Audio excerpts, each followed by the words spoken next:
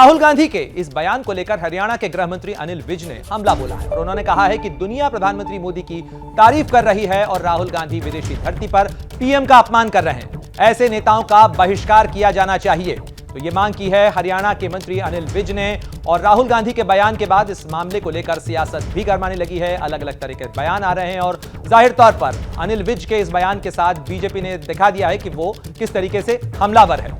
तो जैनेंद्र का एक बार फिर रुख करेंगे। जैनेंद्र, जिस तरीके से आप भी जिक्र कर रहे थे पिछली बार लंदन में दिए बयान को लेकर पार्लियामेंट का एक पूरा सेशन धुल गया और अब इस तरह के बयान के बाद एक बार फिर बीजेपी ने अपने हमलावर तेवर जाहिर कर दिए हैं।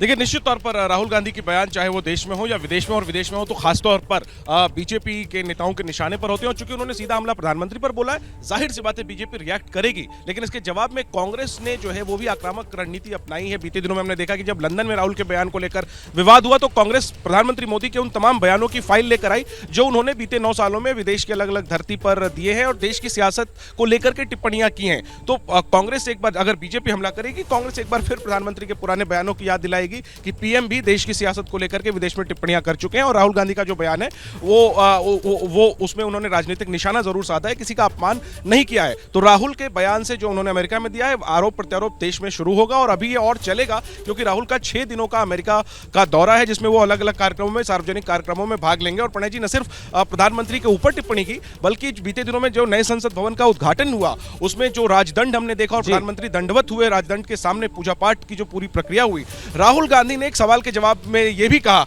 कि देश के असली मुद्दे महंगाई, बेरोजगारी हैं और नफरत का माहौल है, लेकिन बीजेपी उस पर चर्चा नहीं कर सकती, इसलिए वो कभी राजदंड की बात करती है, कभी दंडवत होती है। शुक्रिया तमाम जानकारी के लिए जैनेंद्र। आप नजर बनाए रखें। जाहिर तौर पर राहुल गांधी के इस बयान को लेकर सियासत लगातार गरमाने वाली हो, क्योंकि अमेरिका में राहुल गांधी इस तरीके के बयान और भी देने वाले हैं।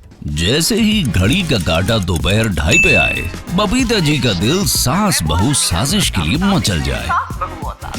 और ये है इनकी बहू, पूरे दिन ऑफिस की टेंशन हो जाए गॉन जब ये करें अपना फेवरेट शो फ्री टाइम पे ऑन। इनकी तरह आप भी देखिए अपना फेवरेट शो अपने टाइम पर और डाउनलोड कीजिए एबीपी लाइव ऐप अपने स्मार्ट टीवी पर।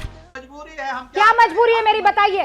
मैं अभी आपको बताती हूँ कि मैंने ओए होए होए होए नमकीन के चटकारे लेते हुए टकटकी मार के डिबेट शो को पॉज रिपीट कर करके देख रहे हैं जोगिंदर जी।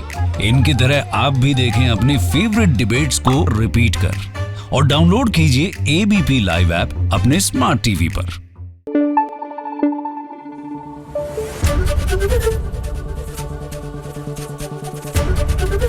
एबीपी न्यूज आपको रखे आगे।